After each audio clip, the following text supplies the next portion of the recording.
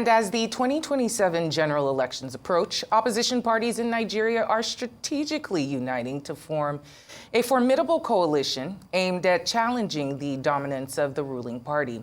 Now, political analysts suggest that the coming election will be one of the most competitive in recent years, with the opposition determined to present a united front to increase their own chances of securing power.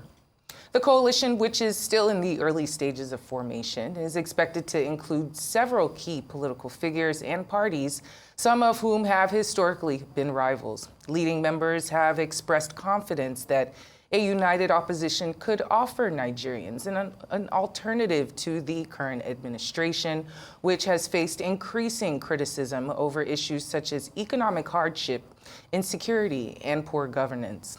Sources within the coalition suggest that discussions are ongoing to select a strong presidential candidate who can appeal to the broad spectrum of voters. While no official announcements have been made, it is anticipated that the coalition will focus on creating a platform centered around economic reforms, security improvements, and job creation for the country's growing youth population. Now, despite the challenges of unifying diverse political ideologies, the opposition believe their combined strength could be a key in breaking the ruling party's hold on power. Now, as election season intensified, all eyes will be on the coalition to see, well, whether they can translate their unity into a winning electoral strategy. For more of a conversation on the opposition coalition ahead of the 2027 election season, just how feasible it is to have major opposition figures all under one umbrella and how viable the SDP is as a vehicle. We have former Director General of the Peter Obi Presidential Campaign Organization, Chief Akin Osuntokun, joining us now. Thank you so much for gracing us with your presence here on Newsday. You're welcome. Well, there's a lot of talk about this coalition. It almost feels like the talk just before the last elections when people were getting excited about the Labour Party and Peter Obi and, his rock star status, so to speak. With so many egos that didn't get the presidential ticket the last election season, and now there's a coalition forming. Do you see a situation where all of these egos can come together as one, or might it just be another place where everyone now starts butting heads as political parties in Nigeria tend to display? Well, all I can say is that it's not going to be a walk in the park. If you are trying to replicate what happened in 2015, the person who led that coalition, the merger, is now the president. So he has learned his ropes. He's probably more strategic or competent, in floating that kind of opposition. Now that he's incumbent, what the incumbent usually does is to, infiltrate the camps of those who are coming together, to destabilize them. Now, the one critical area in which we cannot say yet, what happened in 2015 was that those who left the PDP to form the new PDP and then later merged to form the APC, they were quite critical figures, right? About 5, 6 governors. I don't know whether I was Senate president then, Bukola Saraki. So for you to be able to replicate what happened in 2015, will have to depend on a number of things, right? The quality of the people who are coming together to form it, and the capacity to resolve what will come to be the dialectics of irreconcilable, intra-regional differences. For instance, 1 or 2 or 3 may have presidential ambitions, and you never know if one is unable to get it, or 2, how he may or may not react. So there are these calculations to to what is coming. Nigeria has always trended, towards two grand political alliances, especially when election is coming. The trend started in 1964, 83-2, 2007.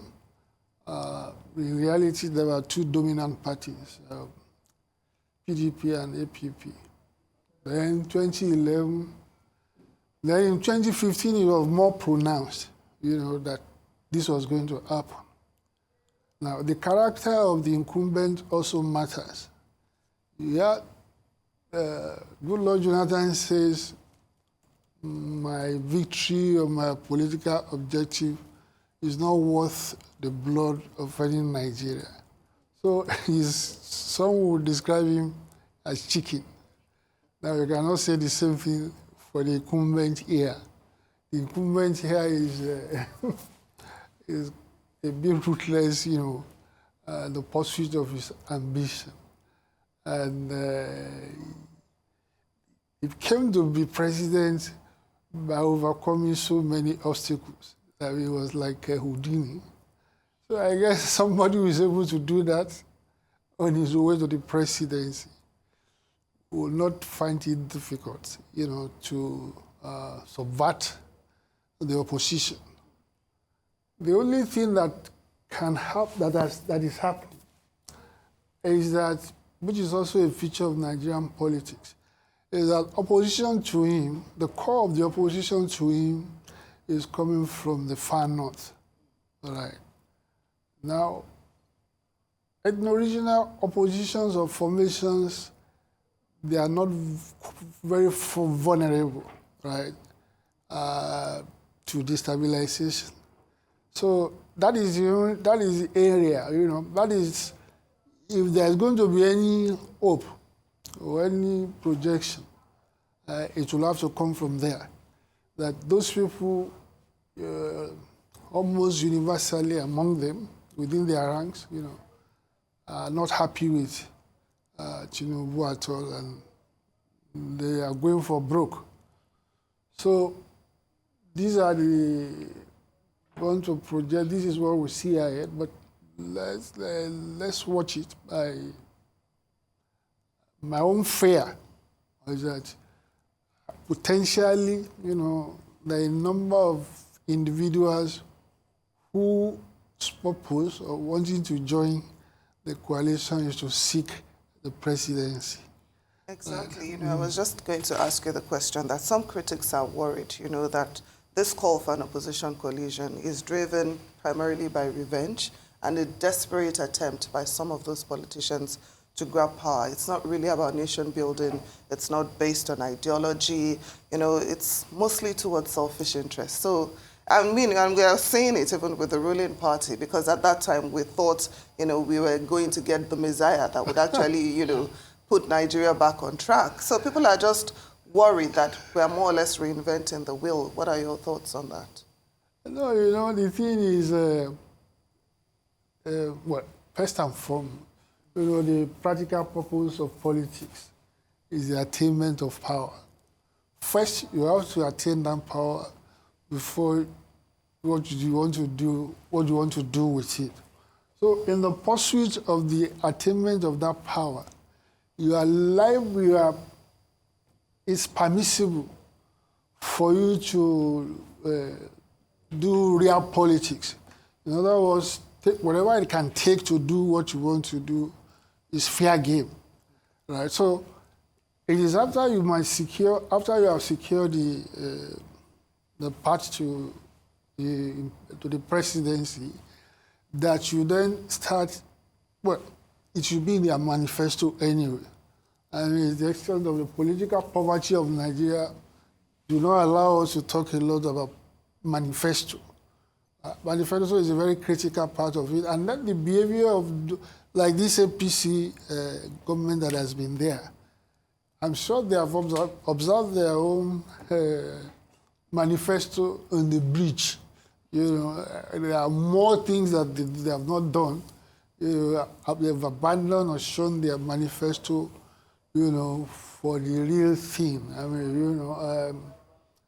they've done things again that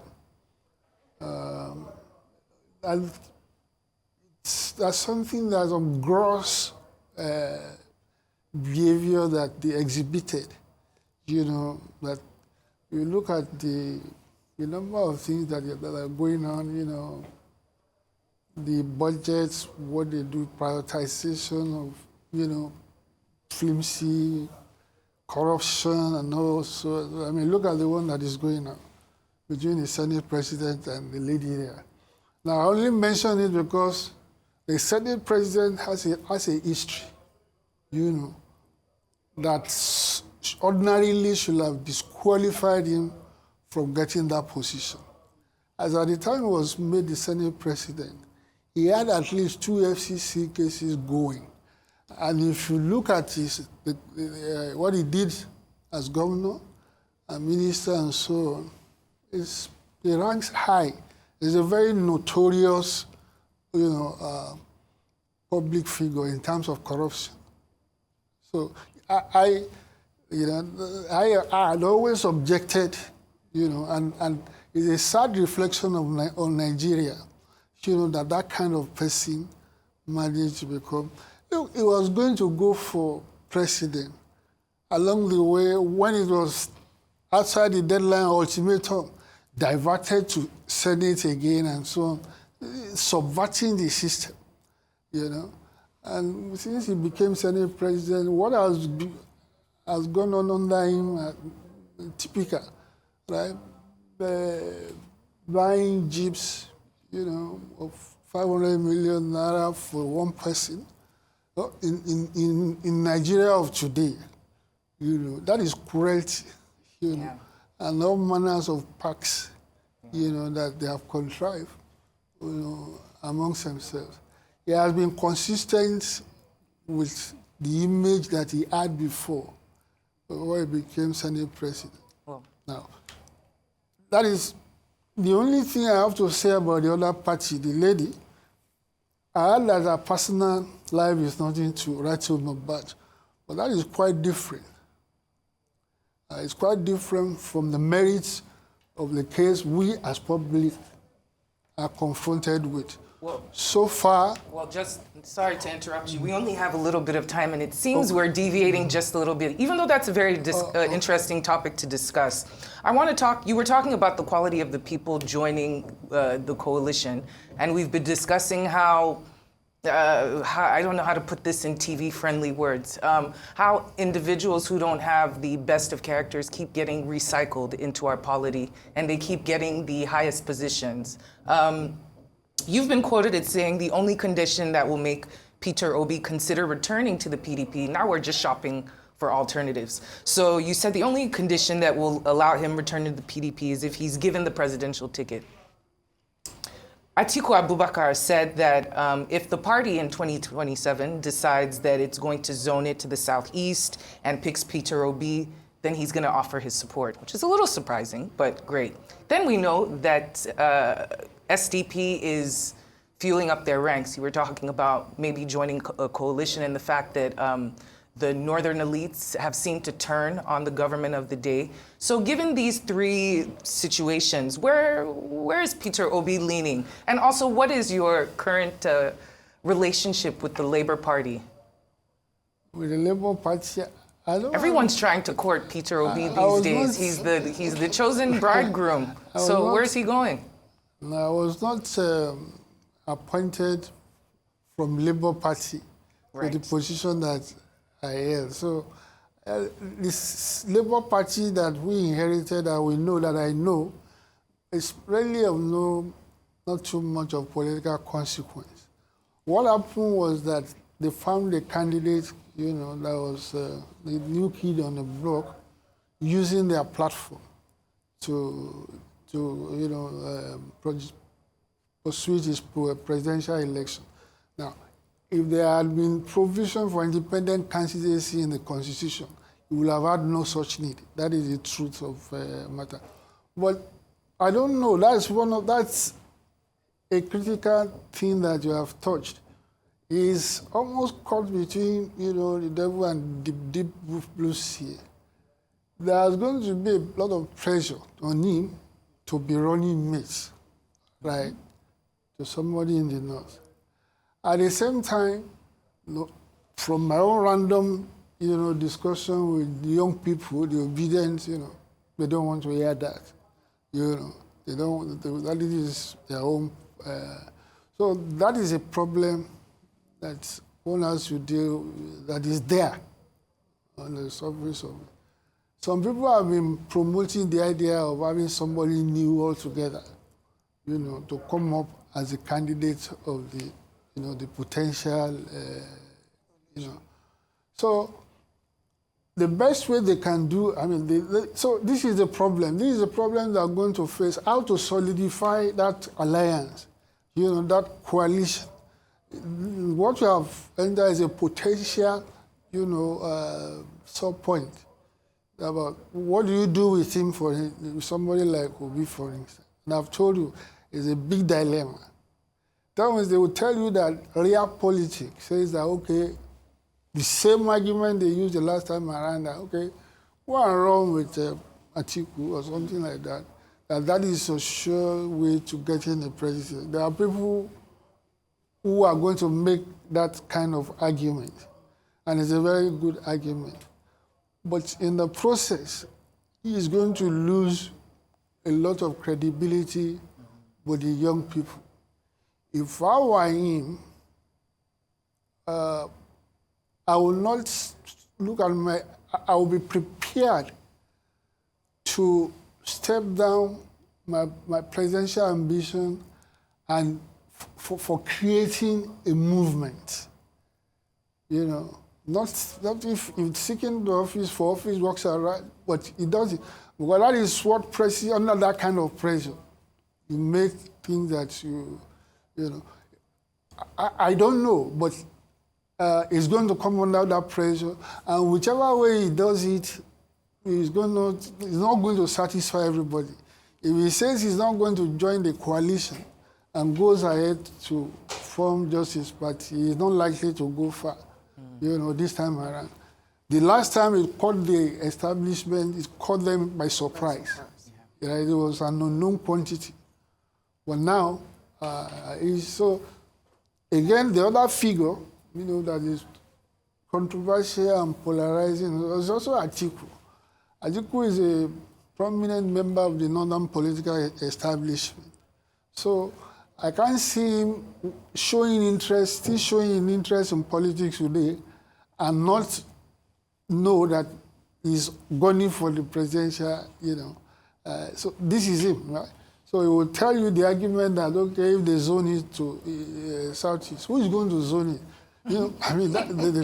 That's a very good question. Yeah, so that is it. But Nigeria is in a funny, but again, anything can still happen, right? True. What do you call it? Chibok and the other one, that ruined, that did so much damage, to Jonathan. Nobody anticipated it, but the way it played out, you can have something of the same nature, because as they used to say, 24 hours is a long time in politics. Yes. Oh, we definitely would not want to repeat of Chibok. Hopefully we will not have something like that. Now, Nasser El-Rufai has suggested, that Peter Obi and Atiku Abubakar should join hands with the SDP. That's the party he has defected to. So I'm wondering, what are your thoughts on that platform being, what are your thoughts on the SDP being the platform for this coalition that has been suggested? Well, personally, I believe that somebody from the South should get the presidential ticket. The argument, many people are not like me. They are realistic and so on. But for me, I don't know if it comes to a case on which who is a candidate from the South versus another candidate from the North. that candidate will have failed my own test of eligibility. At the end of the day, you know, if you want to build a nation, you know, you must work consistently towards it, right?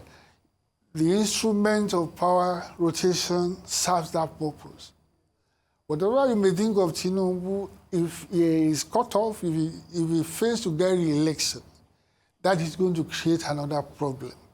Now, when it was the turn of the South, they didn't allow them to, you know.